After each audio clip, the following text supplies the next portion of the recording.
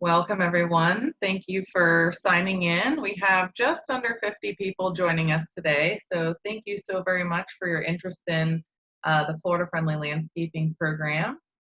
And just in case you aren't familiar with the chat box already, on your screen, you're going to see at the bottom a chat feature with a little bubble. And if you click that, it's going to open the sidebar, and that's where you can chat. And like Katie already mentioned to some of you, just be sure that you're selecting that you're texting all panelists and attendees so that everybody can see, unless you just want your question to come to the panelists. Just utilize that accordingly. So thank you so much for engaging through the chat. We appreciate that. After this webinar, we will be sending out a survey. So I will be emailing you a link to a University of Florida survey. So you'll see that logo. You'll know that it's not any spam or anything. And then it's literally just a few check boxes, quick, just to see what you learned today and what you'll be doing moving forward. So with those housekeeping items out of the way, we'll go ahead and get started with our interesting webinar today on creating habitat in your landscape. So I am Tina McIntyre. I'm the Florida Friendly Landscaping Agent with the University of Florida IFAS Extension. And I'm working on this webinar today. We also have a guest, Katie McCormick, and she's the Residential Horticulture Agent and Master Gardener Coordinator here at UF IFAS Extension in Seminole County. And so we'll be talking today ways that you can attract wildlife and enhance your yard for wildlife. So as an outline, we're going to go over why Florida wildlife is interesting and unique, how Florida wildlife is threatened, and then ways that you can actually utilize your yard and landscape for wildlife and create that habitat. So just a brief introduction about our Florida Friendly Landscaping Program. So this is a partnership between the Seminole County government along with the University of Florida and the Florida Department of Environmental Protection, all coming together to offer you, ways to enhance our natural resources and things that you can do to conserve water, reduce pollution and waste, creating habitat, obviously, like we're talking about today, preventing erosion, which helps our water, protects our soils and plants. And we do this through our 9 principles. And so today, the principles we're mostly going to be focusing on are right plant, right place, mulch, and then, of course, creating habitat, which does a lot of things, not only for our wildlife, but for our waterways when we add trees and shrubs to the landscape. So this program was actually came into legislation in 2009. So it's been serving the public interest since then, and it is in Florida law and code. So in Florida, we have quite a diverse ecosystem and types of ecosystems here in Florida. We're actually considered a biodiversity hotspot, which means that we're very rich in biodiversity, but that we're also a hotspot for development. And so when we look at the statistics, we have lots of native plants, almost 3,000 native plant species. We have 700 native vertebrates, so that's anything with a spine, birds, mammals, reptiles, and amphibians. And we have 15,000 native invertebrates, so quite an insect population. And then endemic species, and this is species that are only found in Florida. They're not found anywhere else in the world, and or at least naturally. So we have 224 endemic plant species, 14 endemic vertebrates, which is birds, mammals, reptiles, and amphibians, and 1,500 endemic invertebrates. So again, that's the insect category. So quite a robust, and lush amount of biodiversity naturally found here in Florida. And that biodiversity gives us a lot in terms of ecological services. So when we think about agriculture, we have pollinators, and that pollinate our crops and, pollinate our flowers and our different things in our yard. We have pest control. So I know we have a resident owl in our neighborhood and have been seeing the swallowtail kites flying around recently. And they do kind of keep that food web intact and help to create a balance in our ecosystems. And then, of course, recreation. As we've all been encouraged to respect public spaces, recreation has become a really important part of engaging and being able to get out there and keep our mental wellness. So just a reminder too, feel free to use the chat box as you have any questions about this. So in the state of Florida, and of course here in Seminole County too, we do have development, and so we have lots of acres being lost. So about 7 million is predicted to be developed by the year 2060. So as our population rapidly urbanizes, we're converting areas that are natural and have aquifer recharge and habitat for animals and cleanse the water and air, and converting those to urban spaces that might not necessarily offer all those ecological services. So as the population grows, we're experiencing anywhere from, it's very obviously variable now with the coronavirus, but typically a few months ago, we were experiencing anywhere from 600 to 1,000 people per day. So the third highest population in the United States. So some of the threats to wildlife do include fragmentation. And this is kind of a big one because as we think of, you know, conserving land,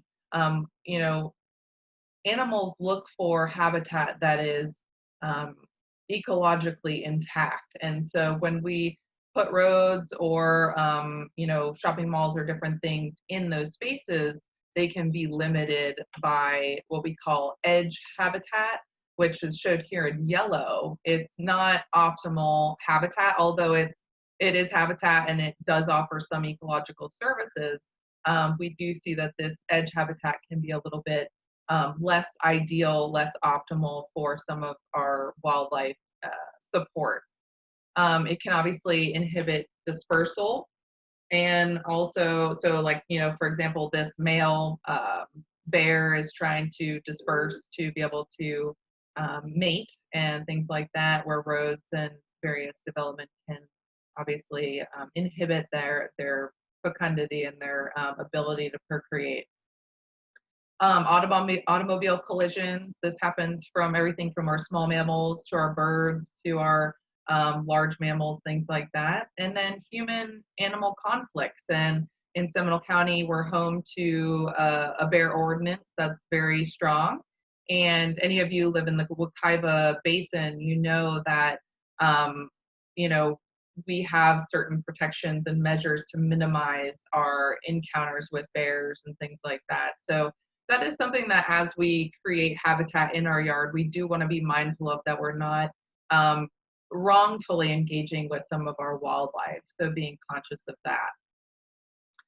So looking at the endangered species in Florida, and this data comes fairly recently from the Fish and Wildlife Conservation Commission. So we have 131 total imperiled species. And that means that they're endangered, threatened, something to that degree.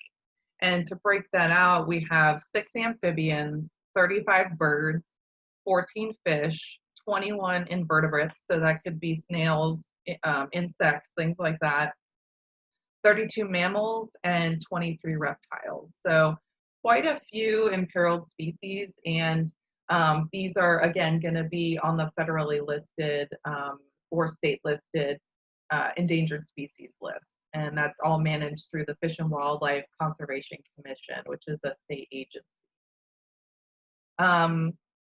So about a decade ago, there was a big push, and even moving forward, for wildlife corridors. And so thinking about, as we develop, how can we create and maintain wildlife corridors for wildlife, such as the Florida panther shown here, or swallowtail kite, or other even invertebrate species, how can we sustain them? And we find ourselves considering ways to enhance our yard and our environment. So thinking about what surrounding environment you might have, maybe you live close to an HOA type of conservation easement or things like that. Maybe your yard might provide some habitat that's going to be beneficial to the wildlife or that you can consider enhancing. So kind of jumping into, your backyard and diving right in. So what type of, landscape design are you aiming for? And thinking about the big picture of, breaking out your survey of, when you bought your house or, a general sketch of your yard and thinking about what kind of design matches, your neighborhood and what kind of aesthetic you're looking for. And then going beyond that to think about what kind of wildlife are you trying to attract? Are you really interested in birds or maybe butterflies? Or maybe you want something Katie's going to talk about in a little bit. Maybe you're looking for beneficial insects to kind of balance out any nasty bugs that you've been experiencing. So, what kind of wildlife are you targeting and what are their needs? Considering your current site conditions. So we're going to talk a little bit about right plant, right place. And then what are the realistic plant choices? So we might see something on a webinar that, or, on the internet that's like, oh, this is so great, but realistically, can we obtain it at a nursery or otherwise? So when we're looking at creating habitat in our yard or, essentially recreating habitat, we want to think of these four main components. So the habitat is a collection of resources required by each species of wildlife for its survival. So food, obviously, that's pretty much the first thing that probably comes to a lot of our minds. Planting berries and maybe nectar, flowers, things like that. Water, obviously, is critical for all life. Cover, so that might include shrubs, but here it's actually the ability for the gopher tortoise to burrow into the earth. And then space. So some animals can do their whole life cycle right in your yard, while others will need connectivity to larger spaces. So, considering how to recreate habitat, you're going to need all of these components. And if something's missing, then the animal's needs are not actually being met. So plants obviously can provide that food and cover. So when we think about, a bird being able to nest up in the tree or, like this red cardinal starting to eat this mulberry. Mulberry trees are something I'm very personally fond of. If you guys have been following us on Facebook, I just did a video on those and they're just fantastic for attracting birds and other wildlife into your yard. And also providing something of interest for the family. So kind of looking just at a few select plant species. So when we're thinking about plant selection, native plant species do a really good job of helping bridge that evolutionary gap. So, a lot of our species have co-evolved together. And of course, Florida-friendly plants encompass native and some exotic plant species. We just don't encourage invasive species, which we'll talk about later. But there's a natural heritage value. So here in this gaillardia or blanket flower, this is a Florida native that, we see when we go out to our natural areas in Seminole County. And so I actually planted it last fall and I have some in my yard that's starting to reseed and just kind of come back. So it provides a service that is very sustainable and easy to use. Wildlife, like I said, evolutionarily, they're adapted to these species. So you can see these tubular flowers here on the firebush. The butterflies and the hummingbirds are very easily going to be able to attain the nectar at the bottom of this flower. And, the birds might be adapted very well to utilizing these berries that will ultimately form here on the bush. you know, when we start to see exotic species introduced, the animals do have to find a genetic workaround to be able to utilize some of those species. So example would be the snail kite.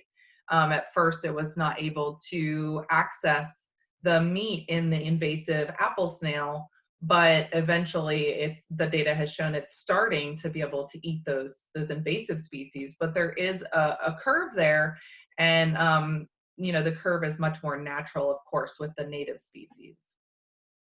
And then again, these plants are very well adapted to the environment. So this is our native beautyberry, which is also known as Calicarpa americana. This is a fantastic shrub for shade or sun, and it's going to provide these berries for all kinds of wildlife to enjoy. They are also edible, so it's not going to be a toxic threat to family or pets type of thing, unless there's any allergies going on. So it's just a very safe plant to add to your yard. And before you keep going, David asked in the chat box, are you going to send them a list of recommended plants after this? I will send you this PowerPoint. So I'm gonna, I'll have your emails and I'll be able to get you guys a PDF version of this PowerPoint. So there'll be a few that we go over today.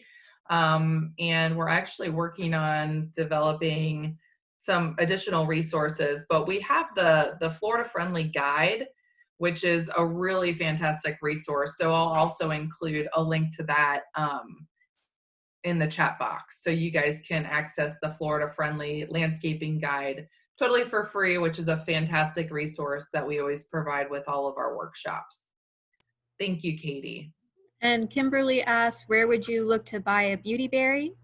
Beautyberry is often sold more at family-owned nurseries as opposed to some of the big box stores, although I've seen it occasionally at our big box stores. Native nurseries would also sell them. Yeah, I've seen it for sale at Lucas in particular, Kimberly. South Seminole Farm and Nursery has also had it. What's our native nursery, Tina? I always forget. Green Isle Garden, there we go, has it. Yeah, so there are several that sell it in the area.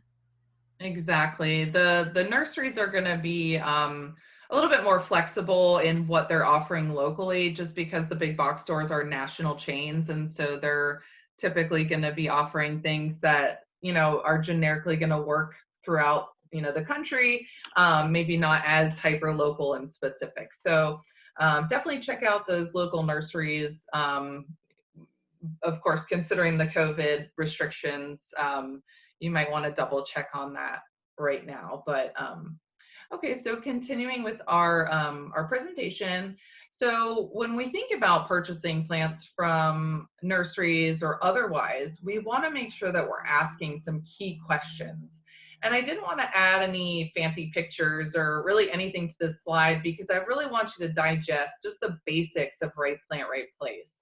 So we have cold hardiness, which is kind of important for Seminole County. We're right on that, you know, we're generally able to have freezes. However, we have had some fairly mild winters, but you want to make sure that you're selecting plants for zone 9B. And considering the sunlight, that's going to be more specific to your yard. So some things are full sun, part sun, and when we say that, we're looking at shade is 3 hours or less, and sun is 6 hours or more. And I'll reiterate all of these components as well. When we talk soil type, we're thinking about, is it sandy? Is it clay? Most of us are going to have sandy soils, but we want to think also about the nutrients in the soil and the pH and the various aspects of the soil, and then water requirements. So you may or may not have an irrigation system, but when you get that plant initially installed, it will need irrigation or some kind of water supplement for the first 30 to 60 days. And really for the first year to be able to get well established. Once it's well established with our native plants, we'll be able to really scale that back. So again, diving into those right plant, right place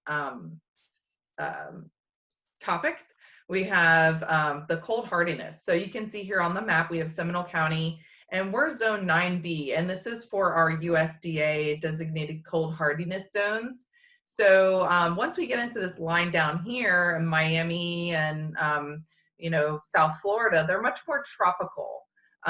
We are considered subtropical, and so we can grow some of the tropical species, but they're going to need that protection and care. So if you're, maybe a little bit more of a lazy gardener like I am, dragging the plants in and out is not something you want to be doing. So you want to select plants that are suitable for our environment. For sunlight, so again, full sun is going to be 6 hours or more of direct sunlight. So that's basically, we're not talking dappled shade, we're talking just a full direct sunlight. Partial sun is, or partial shade, depending on how you look at it. It's gonna be 3 to 6 hours of shade. So if it's a little bit dappled in between, but as long as you're getting that 3 to 6 hour range, that's gonna be part sun, part shade. And then full shade, again, is 3 hours of direct sun or less. So again, soil type, thinking about, is it a loam soil, clay, sand? Most of us are gonna fall into the sand category. And then for pH, we're not gonna really know until you perform a soil test. Right now, you can send soil tests up to the University of Florida laboratory. They're being processed at a slower rate. However, they are still being processed, so you can feel free to send it up to the university. Our local extension office is currently closed for soil testing. You want to think about how well the soil drains water. So if your site is a newer construction, chances are it might be a little bit more compact soil, where if it's a more 1950s style home, you might have a little bit more of the natural soils, natural sand, so you'd have a higher percolation. And then distribution. So again, you might have some compacted or fill materials if you're a little bit of a newer development. And then watering requirements. So you want to watch your plants for wilting. Of course, like I said, if it's a newly established plant, you want to be watering it every single day for at least the first 30 to 60 days, making sure that you're establishing that plant appropriately. Once it's established, really a lot of our shrubs, ground covers, trees are going to be fairly drought resistant if you're selecting something from that Florida friendly guide. But you do want to watch out for prolonged drought. And coming up on the month of May, it's we have historically in the last several years had very dry the month of May. So you just want to watch it. If we don't have those summer rains starting, the heat starts to increase, you want to make sure that your plants aren't really deeply wilting. They can take a little bit, but especially if it's starting to bear fruit, like this Chickasaw plum or Flatwoods plum is starting to fruit, you really want to supplement a little additional water during the fruiting and flowering period. All right, we've got some questions on your last two slides. So first, because it's a shorter answer, Kara asks, how often should we check soil pH? So the university recommends pretty much every 2 to 3 years, unless you're doing any specific amendments. So if you did test it and then you're doing a lime treatment to bring that acid up, or if you are doing some kind of soil amendments, compost, heavy composting, different things like that. Pretty much every 2 to 3 years. If you're considering a sod install or something major, it might be more often than that, but as long as you're looking at it every couple years, you're going to be generally fine. And then Jesse asks, I've heard mixed reviews on watering when the plants when planting from a container to the ground. They're Florida native. Should you be watering every day? They planted several native trees and shrubs that were root bound, so they had to cut the roots, but they were told by the nursery not to water every day, so the roots grow.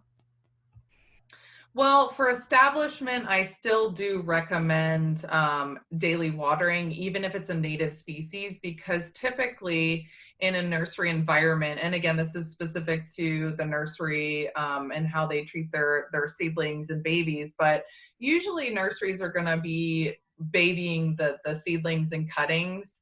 that they're, getting these plants from. So they're going to be used to that daily amount of water. And when we throw them into 90 degrees and wind, like we have right now, or, going to be coming up against, we definitely want to supply an adequate amount of water, and mulch, as we'll talk about later, can really help with that. And then finally, Swathi asks, what is the best time to trim your plants?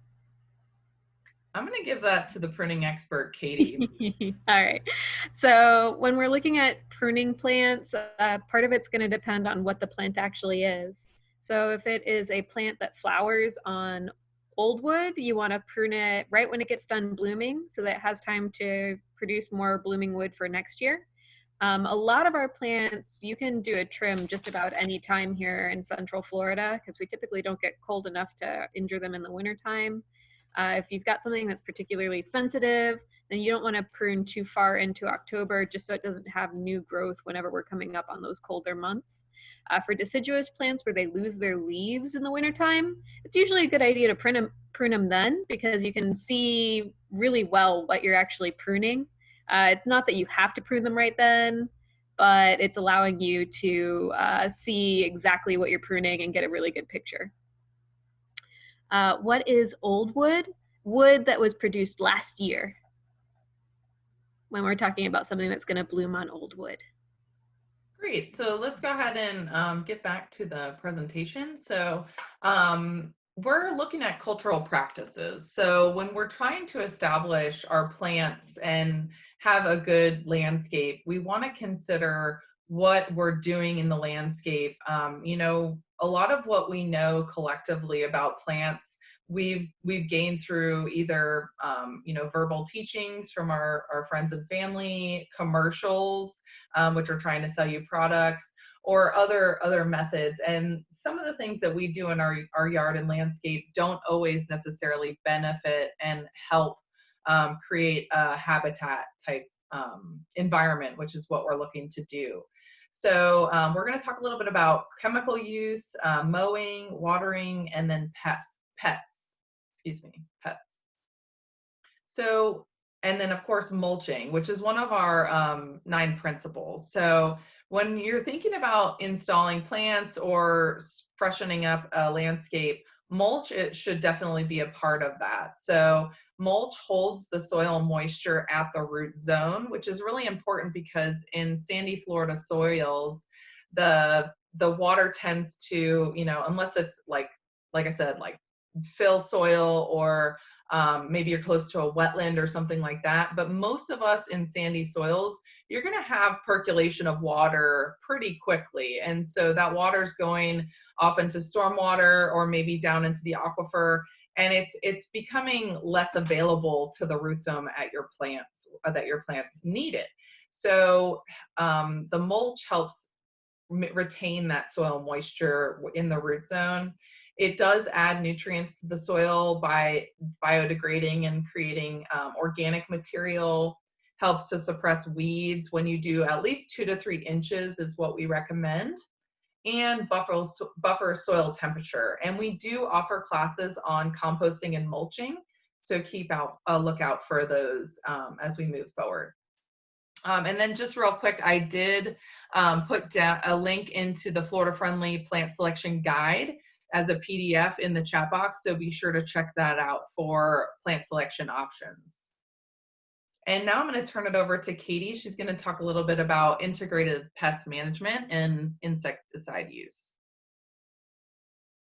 All right, I was answering some questions in our chat box. So another one was how close to the base of the plant should the mulch be? I went ahead and let them know it should be thinned about 1 inch or less when we're nearing the trunk or the base of a plant.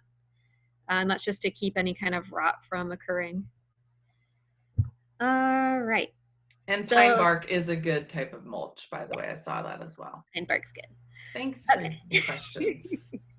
So I am your residential horticulture agent, Katie McCormick. I'm also a budding entomologist. I'm getting my master's in entomology. So one plug is if you have cool bugs that you want identified, please send me pictures or send them to me and I'll take a look. But also, to keep these cool bugs in our gardens, we should be reducing our insecticide use. So most pesticides aren't just killing one species of insect. They're going to be targeting multiple different species, and some of the species are going to be our beneficials. A lot of them might be our beneficials. You're also ruining your insect food base. So many insects are pollinators, and many insects and animals eat insects. So when you're killing off a whole bunch of bugs in your yard, you're also killing off a resource for the other wildlife that might be utilizing it. Keep in mind too that less than 1% of insects are considered pests. So 99% of the bugs that we see or don't see day to day in our gardens aren't actually doing any damage. That 1% can do a lot of damage, but it's not very many of these insects that we're coming across that are actually doing something that we wouldn't like. So when you're choosing an insecticide, if you do decide you need to spray, you should be using something that is a spot treatment where you're only using it just right on the infested material, or you're using things that are specific to a certain insect. When we're talking about something specific to a certain insect, you might consider, if you have tomato hornworm on your tomato plants, using something like Thuricide or BT, which only attacks things that are caterpillars, would be an option there. And if you spray with that, you're not going to harm the insects that are coming by to pollinate your tomato or sit on your tomato. You're just infecting the caterpillars that are eating it. Also, don't spray indiscriminately. I did have a master gardener trainee who admitted to me at one point that she had aphids in her milkweed, and she ended up spraying something called spinosad on them, which is a broad spectrum organic pesticide. She ended up killing all of the caterpillars in her butterfly garden when she did that. So we don't want to spray indiscriminately. We want to know what we're spraying with. And if you get rid of all of the pests, your good bugs that were eating those pests are also going to be gone as well. And the pests often will return faster than the predators because the predators need something to eat in order to be in your landscape. Okay, I'm gonna go ahead and ask one question, and then we're gonna save the rest of the questions to the end, just in the interest of time. I do appreciate you guys keeping them coming, though. Somebody had asked Katie about termites and treating for termites, and if that the termite treatment would harm other beneficials in their landscape. So I'm going to assume you're asking that from a tenting your house standpoint. In which case, yeah, if that chemical that they're using to tent your house gets into anything else that, or gets to any insects that could be affected by it, that's usually a pretty broad spectrum insecticide that they're using. So you might see a drop in insect numbers in your landscape if your house has been tented. If they are using something like a barrier treatment, you might see a little bit of a drop in like soil arthropods or soil insects, but that's not something that's typically going to be come across by a lot of bugs all at once because it's used as a barrier just on the exterior and interior of your house. Termite baits also wouldn't be something that typically other bugs are going to be attracted to, so that's not typically going to be a problem. And let's see.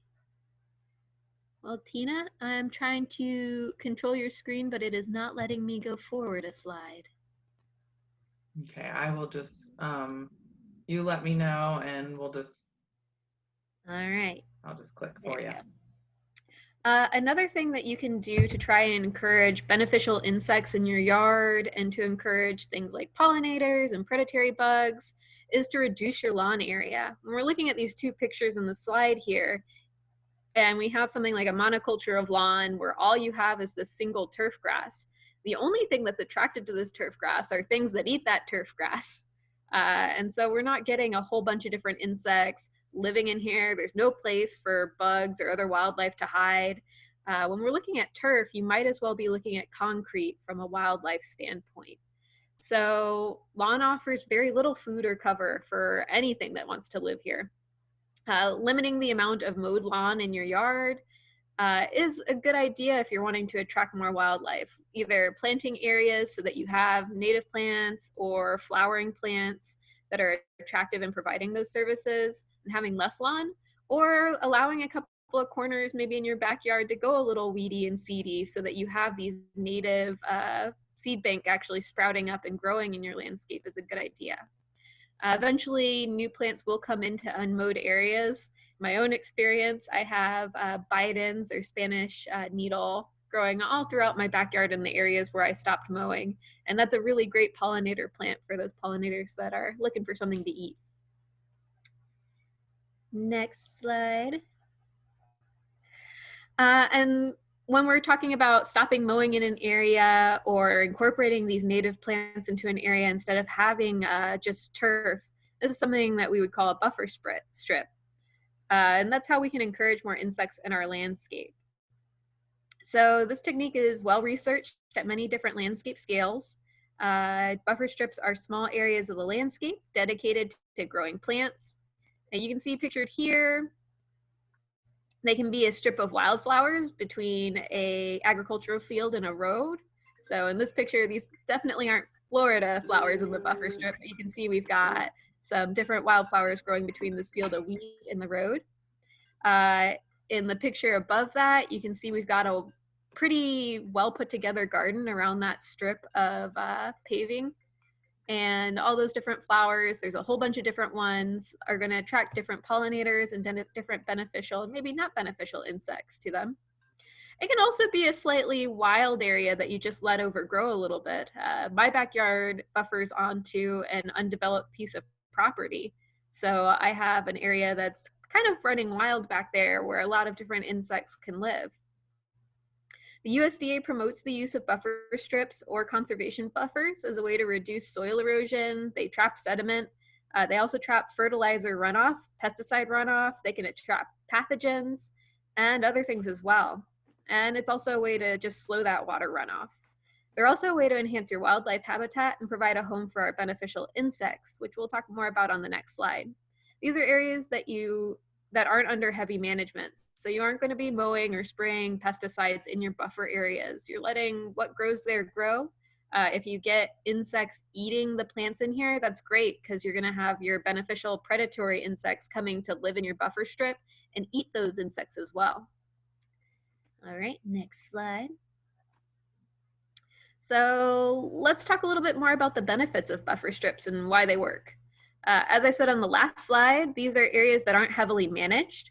And when we leave a space in our gardens where we don't use pesticides, we're leaving a place where our prey insects can live. These insects aren't any good when they're on our favorite azalea bush or in our vegetable garden, but you can consider them free bug food in your buffer strip. If you've ever purchased ladybugs, you may have noticed that they flew away soon after eating the aphids in your garden. They had to leave to find some more food to eat because the aphids that they had been purchased for were all eaten up. When our predatory and parasitizing insects have a source of food, they tend to stick around in the landscape.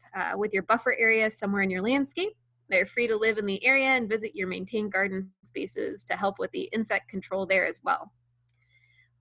In a study on conservation strips and golf courses, the researchers actually found that when the roughs were switched over to buffer plantings, there was an increase in predatory and parasitizing insects within 13 feet of the planted areas. So that was free pest control. And those insects, while they were living in the buffer area, commuted out into the fairways, and they provided natural biological control of the landscape pests there. The hardworking beneficials in our buffer zones reduce the need for pesticides, and in the end, they saved that golf course money. So it's something that could also be used in your landscape as well. Creating a buffer area in your yard allows a place for the beneficial insects to live, eventually move out into your garden spaces.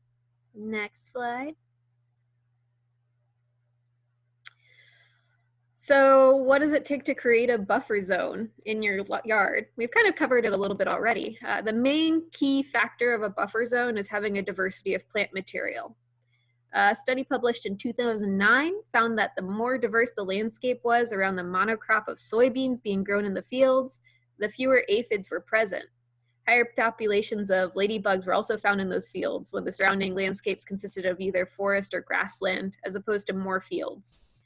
So consider the diversity you might find in a forest. I mean, look at this picture here. We've got the big trees and then all of that underbrush growing around it. And then the ground covers underneath that. An open grassland might have many different species of grass as well as flowering plants that may be native to that area. You can see in this cool picture of the train with all those yellow flowers and grasses sprouting up around it. These varied landscapes with many different plants create a home for plenty of prey insects and a larder for those predatory insects that we want working in our own gardens. So diversity is one of the key factors when we're creating a successful buffer strip and helping to encourage our beneficial insects in the landscape. Your whole garden could be a buffer planting if you include plenty of diversity and avoid chemical sprays on your plants. And we'll talk about some of the ways you can incorporate a buffer planting into your landscape in the next slide, which segue into the next slide.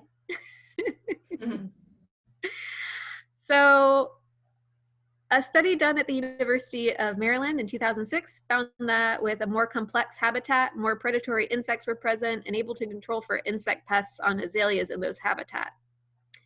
What does a complex habitat look like?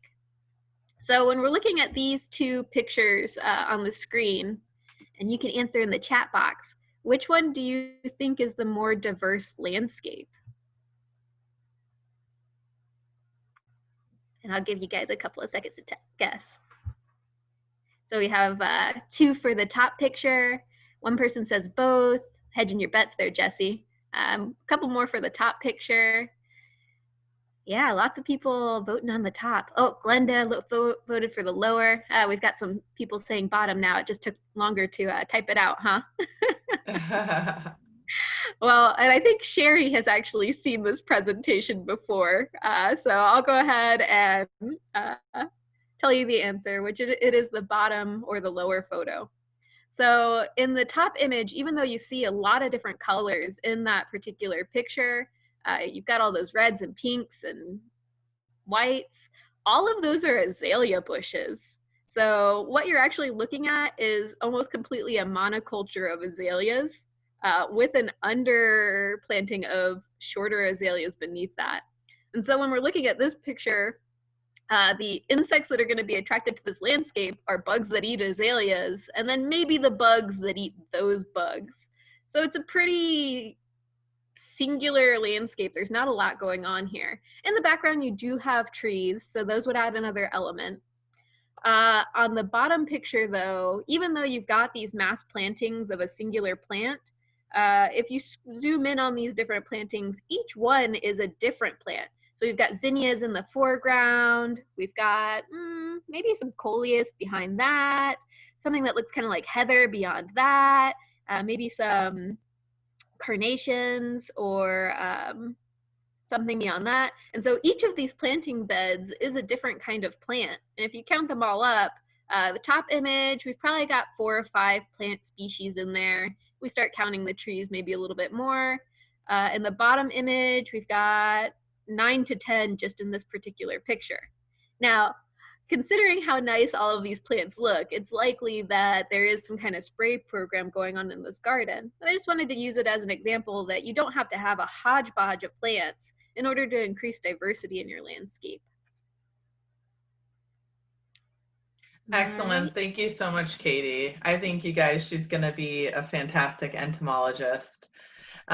So continuing on, and just to make a side note on that last image, when we think about plants or we're, looking to increase diversity, considering the type of flower is important too. So something like a sunflower is going to offer a lot more pollen and things like that, as opposed to maybe like you said, an azalea flower. So just thinking about what types of flowers we're incorporating as well. So somebody had asked about bees.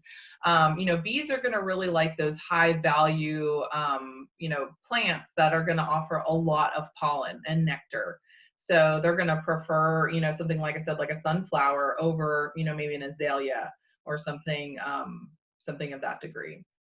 So when we're thinking about creating habitat, we've kind of covered the base of the food web. So thinking about what plant types to bring in, what type of insects we want to foster, but then looking as we go up the food chain, if you have pets, they can definitely, cats in the US kill hundreds of millions of birds. And if you have feral cats in your neighborhood, there's not a lot you can do about it. But if you have a cat, you know, definitely consider them keeping them indoors. Or we've also brought to your attention the previously in workshops cat bibs. So there's been research showing that cats that wear these cat bibs, and they can be purchased online, actually will have a less kill rate for birds and various other small mammals. So if you're interested in exploring that as an option, and then again, you know, just keeping your cat indoors is another option, and do not release exotic pets, of course. So diving down a little bit deeper into that food, water, cover, and space, like we talked about to create habitat. So we're looking at essentially recreating the food web. And so, you know, when we think about what plants we want to offer, such as, you know, if we have an oak tree, that's going to provide acorns, what type of animals would be supported by that. So things like squirrels, raccoons, deer, all will eat acorns. Things like a holly bush, so maybe our native Dahoon holly tree, or other types of ilex species might be supporting songbirds, you know, such as mockingbirds, cardinals, and, you know, those bright red fruits. So how would you, and you could type it in the text box, how would you go about attracting a bird of prey to your neighborhood? If you guys have a quick answer, feel free to type it into the chat box there. So how would you attract a bird of prey? You know, if you're interested in seeing more owls, or, you know, hawks or swallowtail kites, or any of our predatory birds, what would you do? So some of the answers here: bird feeder, that's good. Okay, so if we're looking to create a hawk, you know, if you install a compost pile, right, then we might see some small mammals associated with that, for better or worse. And if you plant a mulberry tree, or, you know, like somebody said, a bird feeder, hawks do prey on small birds and, you know, of course, small mammals. And, you know, if you have these two organisms there as well, you might have the garden snake, which is completely harmless to humans. And the hawk is going to be able to eat. It's a more top of the food chain. So it's going to be selecting those small mammals, small birds, and snakes to be able to persist. Okay, some other types of things to consider is seasonality. So we have certain plants that are going to be flowering and fruiting in the fall or spring, or maybe year round. So like this elderberry tree here, this would be a plant species that you're probably going to have a hard time finding even at a nursery. But if you were able to get a root cutting, you could definitely, they're very easy to grow, and they really do support a lot of wildlife in their fruits and flowers. And they do, again, flower and fruit year round. So that's a great selection there on the right. That's the elderberry, a Florida native. Considering the size of the food, so here again, I have another picture of a mulberry tree with a catbird. You can tell I'm a fan of the mulberry. It really does a great job to support catbirds and all kinds of things. I've seen waxlings at my tree more recently, which is a fun, more seasonal type bird. The pine warbler, you know, they have a very different type of beak, and they're going to be looking for a more seed type of diet. And you don't always have to consider bird feeders. So even things like the Bidens, you know, certain birds will actually choose to eat those seeds, so, you know, eat certain native plant seeds. And so you can plant, instead of just always relying on bird feeders, which I think is great, unless you live in the Bear area. Again, we don't want to do that, but considering what types of seeds you can offer through native plants.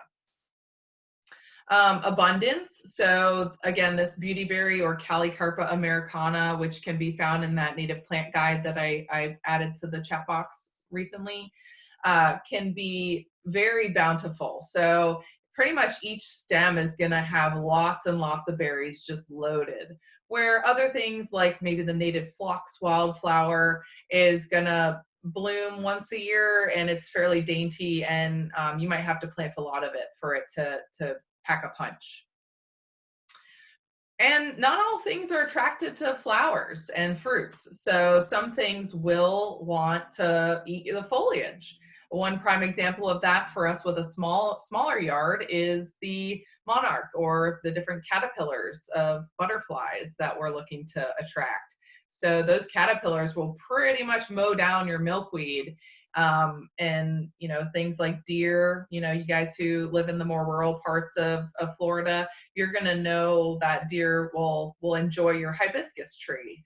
And maybe that's okay as long as they're not destroying it and ripping it up from the roots. If it's well established, then maybe a seasonal pruning that they're doing it for you is not so much of a bad thing. And Katie talked a lot about invertebrates, but just to kind of recap on that, we're looking at building a healthy and productive invertebrate food base. So, for example, last spring I had Carolina wrens nest in my carport, and Carolina wrens predominantly eat insects. So they're not going to be interested in my bird feeder. They're not going to be interested in really my mulberry tree. They want all of the insects that are coming to my yard for the flowers, and like Katie said, the bidens that's growing native in the back, for the insects that might be feeding on the mulberries that are falling to the ground. So those Carolina wrens are looking to eat primarily insects. And when we build that food web, we're inviting things like the Carolina wren to be a part of that. So considering your mulch and your leaf litter, reusing those leaves to create organic material in our soils is going to be really beneficial.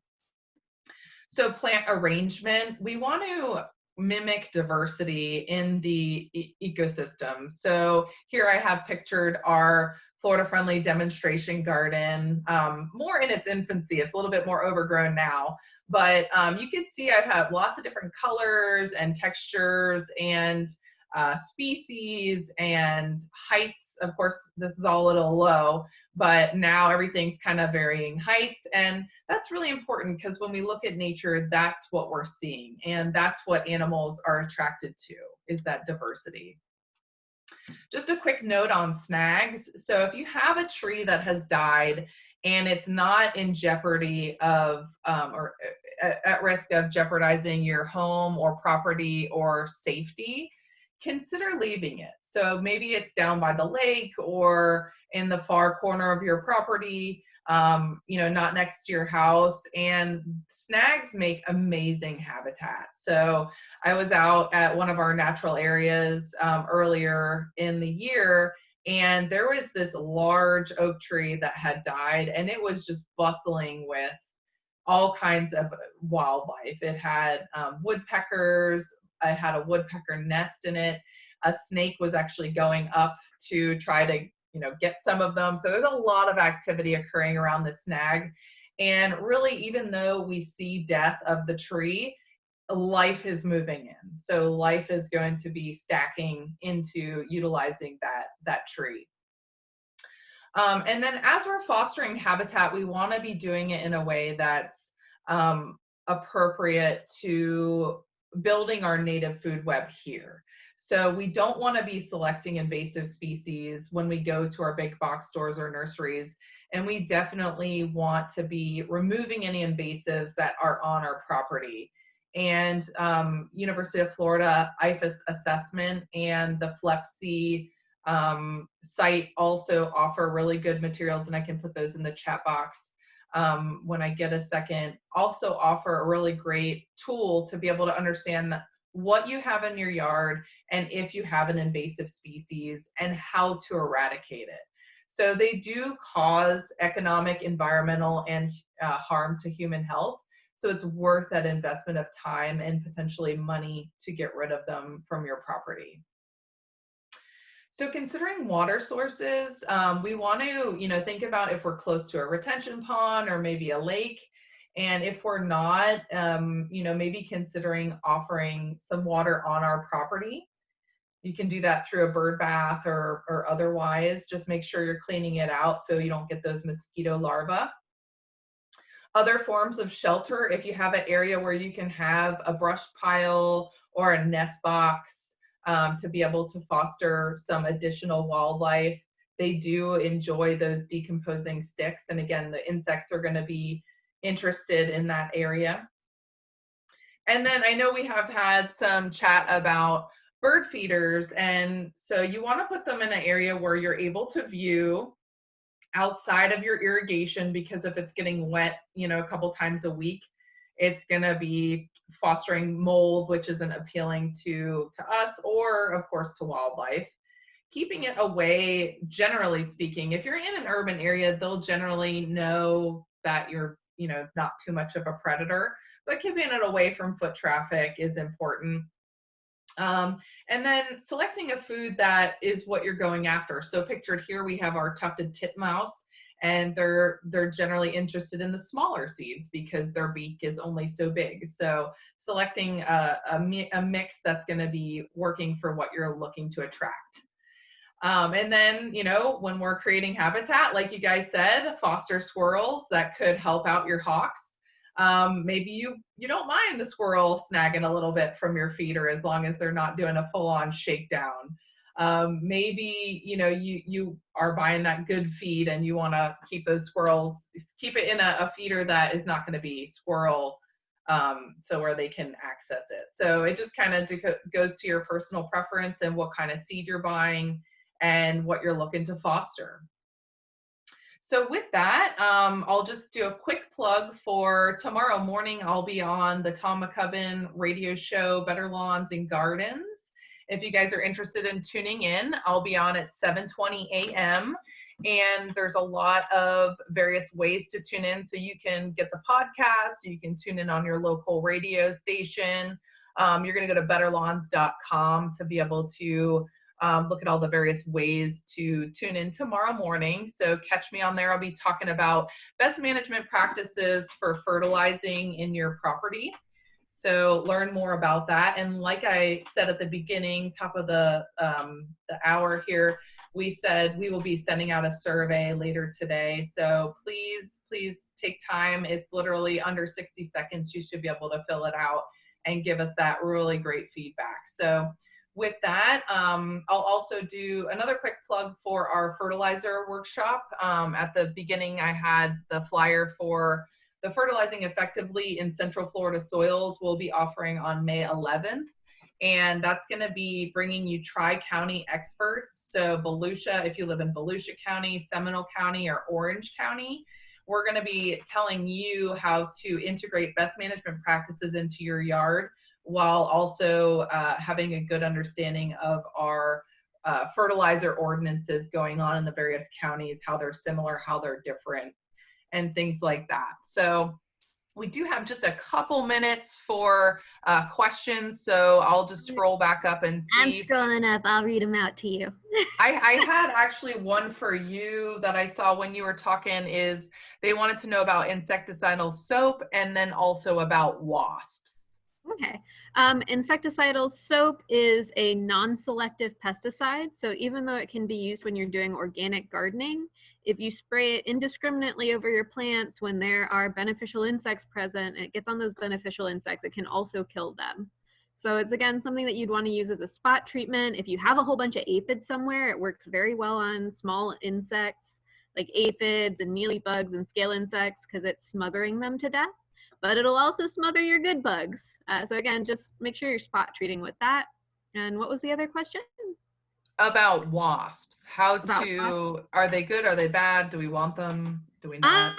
It depends on where they are in your yard. So I definitely didn't like the wasp nest that was right above my front door one morning when I got out to go to work. But they are beneficial insects when we're talking about something like a vegetable garden where you're wanting insect control, because wasps eat other bugs. So if you've got hornworms in your tomato plants, wasps will eat those. There are also parasitizing wasps that'll lay their eggs on them, but probably you're talking about the stinging wasps. If you have a butterfly garden, you might not want to encourage wasps around that area because they'll also eat your caterpillars that turn into the butterflies you're actually looking for. Excellent. Thank you, Katie. So the next one I'm seeing is about a brush pile. Are brush piles fire hazards?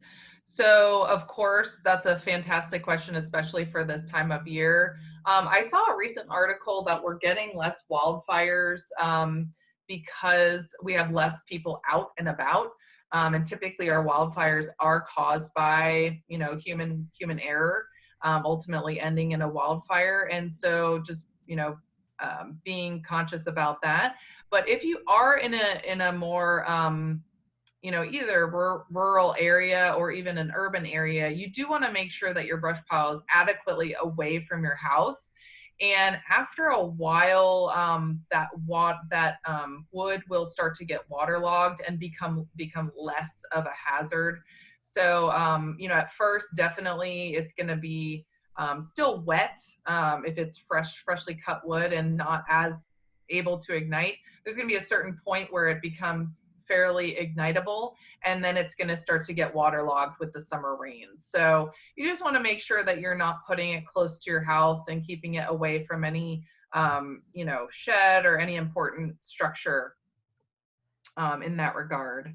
And then just to wrap up, we'll do one more question. Katie, did you see one or?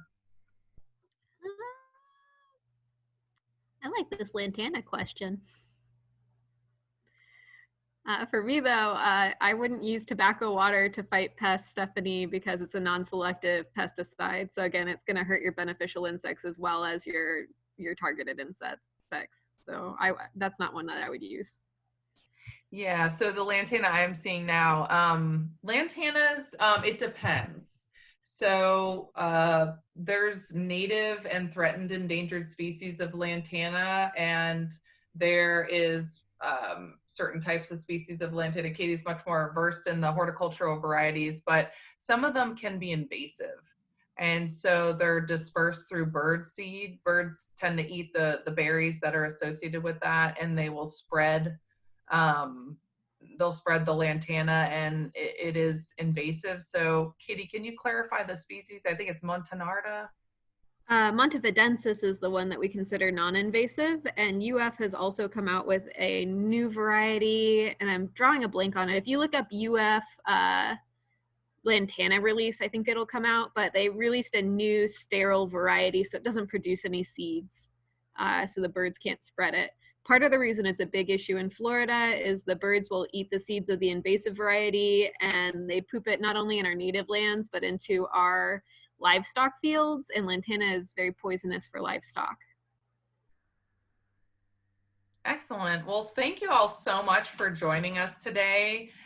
We really appreciate all of you, taking the time to listen and learn. And we do hope that you fill out the survey, let us know what you think. And we hope to be sending a 3 to 6 month follow-up survey in a couple months to see if you've been able to integrate some of these practices into your yard, and if you've been able to remove invasives or plant certain plants that are going to foster habitat for wildlife. So thank you for choosing Extension today, and we look forward to seeing you either virtually or in person later this year. Thank you again. Take care.